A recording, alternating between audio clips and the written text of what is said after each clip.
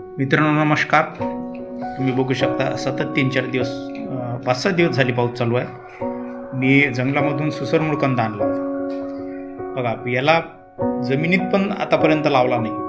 बघा या सुसरमूळ कंदाला बघा कशा प्रकारे फुटवे निघणे चालू झाले.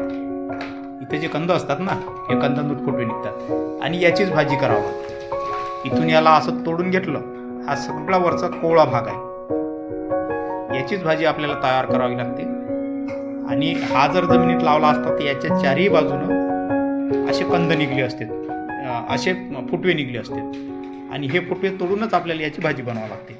आणि एकदा आपण हा कंद जमिनीत लावला की दरवर्षी पावसाचं पाणी पडलं की त्याला ॲटोमॅटिक असे फुटवे निघतात आणि हे कोवळे फुटवे तोडायचे असतात आणि खायचे असतात. आणि जमिनीमध्ये हे कंद असाच राहतो वर्षभर, किती वर्ष राहतो.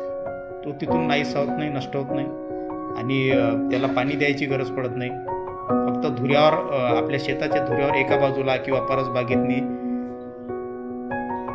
जिथं आपण नेहमी उकरत नाही, जिथं मशागत करत नाही तशा ठिकाणी हा लावावा लागतो. तर अशा प्रकारे आमच्या इकडे याला सुसरमूळ कंद म्हणतात आणि या फुटव्याचीच भाजी होते. आणि याच्यातून असंख्य फुटवे निघतात आणि ते दरवर्षी निघतात.